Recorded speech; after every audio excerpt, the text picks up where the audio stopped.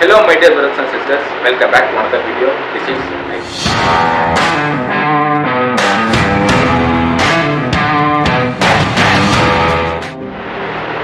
இன்னைக்குள்ள வீடியோல நம்ம எதை பத்தி பார்க்க போறோம்னா, கொஞ்ச நாளாட்டே நம்ம கையில கண்டென்ட் எதுவும் மாட்டல. ஆனா இப்போ ஒரு சுவாரஸ்யமான கண்டென்ட் மாட்டிருக்கு.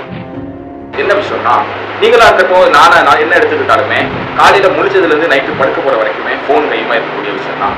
அதுலயும் முக்கியமாட்டு நமக்கு பிடிச்சவங்களா இருக்கட்டும், நமக்கு பிரைவேட்டான விஷயங்களை பேசுறதா இருக்கட்டும், எதை நம்ம டிரான்ஸ்ஃபர் பண்ணணுமே நம்ம வாட்ஸ்அப்ல தான் பண்ண போறோம். இன்ஸ்டாகிராம், ஃபேஸ்புக் அப்படி நிறைய சாஃப்ட்வேர் அண்ட் ஆப்ஸ் இருந்தாலும் நம்ம ப்ரிஃபர் பண்றது வாட்ஸ்அப் தான். யார் சொல்லியாச்சுன்னா அதுதான் ரொம்ப சேஃப்டி, நம்ம எல்லாருக்குமே தெரியும். இதை வாட்ஸ்அப்பை கேரண்டி பண்ணி சொல்லிடுவாங்க. இப்போ நீங்க ஒரு தெரியாதவங்களுக்கு மெசேஜ் பண்ண ஆரம்பிக்க போறீங்க வைக்கலாம், ஃபர்ஸ்ட் நம்மளுக்கு மேலே வந்துடும் end to end encrypted அப்படி. Even WhatsApp can also analyse this message.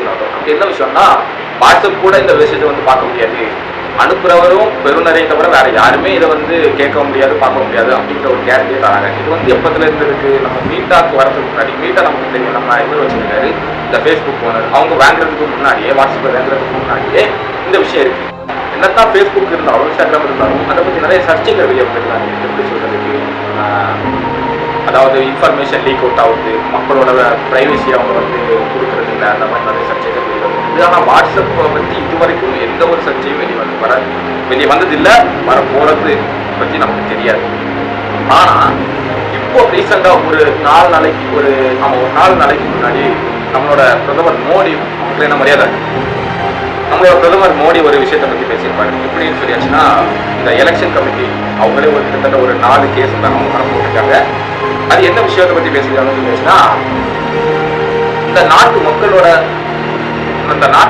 இருக்கிற இந்த ஹிந்து பெரும்பான்மையான மக்கள் இருக்காங்கல்ல, அவங்கள பற்றி என்ன கேள்வி கேட்கிறாங்கன்னா, நம்மளோட சொத்து எல்லாத்தையுமே காங்கிரஸ் மொத்த நாட்டு மக்களுக்கும் பிரிச்சு கொடுக்க வழி வகுது, அது நம்ம விட்டு கொடுக்கணுமா அப்படின்னு கேட்கிறாரு. அவர் யார் மீன் பண்ணி கேட்கிறாங்கன்னா, இன்வேடர்ஸ் அப்படின்னு சொல்றாரு.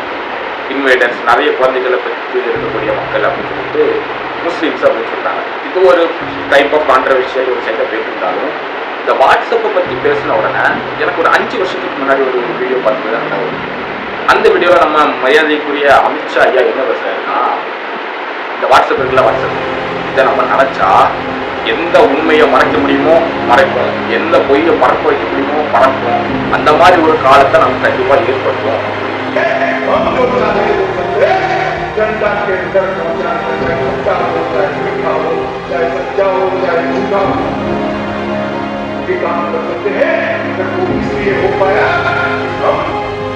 இப்போ இவரு பேசுனதுக்கும் இப்போ நடக்கிற பிரச்சனைக்கும் வாட்ஸ்அப் விஷயத்துக்கும் என்ன சம்பந்தம் தானே?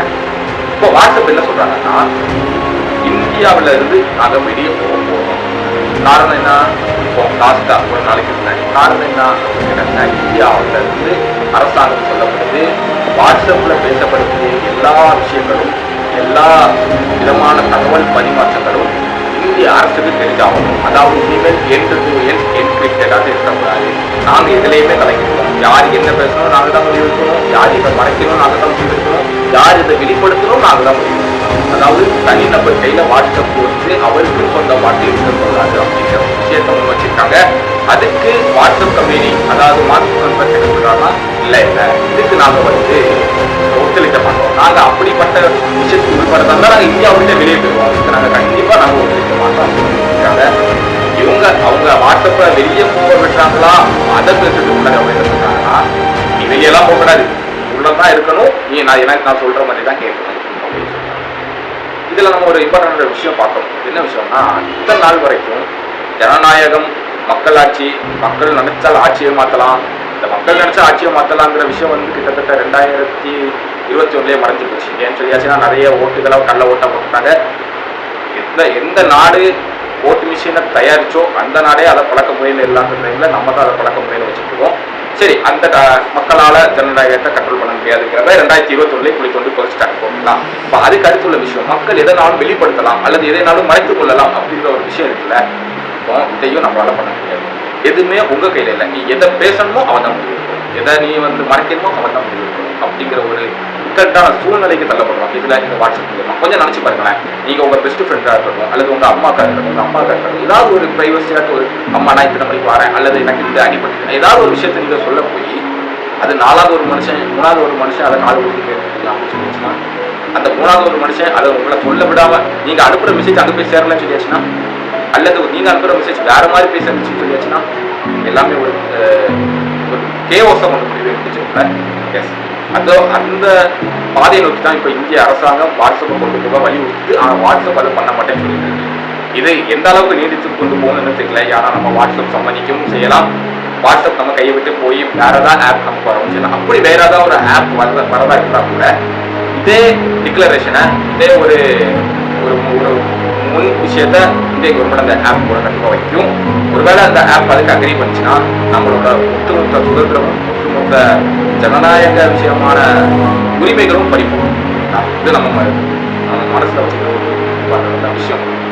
அதுக்கு அடுத்ததாக சொல்லப்படுது இந்த கனிம வளங்கள் இதுக்கும் இப்போ நடக்கிற வெயிலுக்கும் இந்த சம்பந்தம். ஏன்னா இது வந்து என்னாலே தாண்டி எல்லாம் வந்து பயங்கரமாக வரைக்கும் 5 அளவுக்கு வெளியே போக முடியல, அந்த அளவுக்குள்ள வெயில் இருக்கு.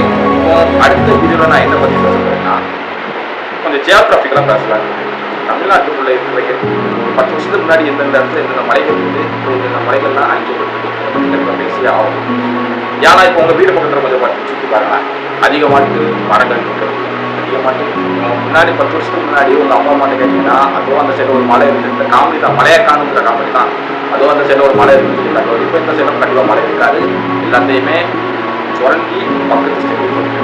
இதுவும் நமக்கு ஒரு யாருக்கு லாபம் அப்படின்னு சொல்லி நமக்கு ஏன்னா இது நமக்கு கண்டிப்பாக கஷ்டம். இப்போ பாருங்களேன், அந்த வெயில் அடிக்கிறதுக்கு காரணம், முக்கியமான காரணமே அதுதான். நிறைய பேர், நிறைய குழந்தைகள் இந்த வெயில்னால செத்து போயிருக்கு. நான் இப்போ சொல்றது உங்களுக்கு புதுசாக கூட இருக்கலாம். ஆனால் இந்த கூகுளில் போய் ரிசர்ச் பண்ணி பாருங்க, எக்கச்சக்கமான பேர் இந்த வெயில்னால இறந்துட்டு இருக்காங்க. வறுமையில் இருக்கிற நாடுகள் இன்னும் வறுமையில் தள்ளப்படுது. குறிப்பாக இந்தியா கிட்டத்தட்ட வறுமையில் 3வது இடத்துல இருந்து 5வது இடத்துக்கு போச்சு வருது. அந்த அளவுக்கு இந்த வெயில் தாக்கம் அதிகமாக இருக்கு. எனவே நெக்ஸ்ட் வீடியோவில் உங்களை வந்து மீட் பண்ணுறேன். பாய்.